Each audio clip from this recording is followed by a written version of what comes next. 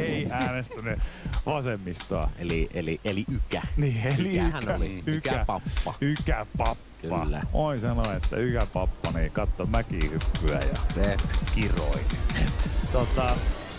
Tässä joku myös nimistä tuli vielä tämmöinen, että mäkin pidän omasta nimestä Assi.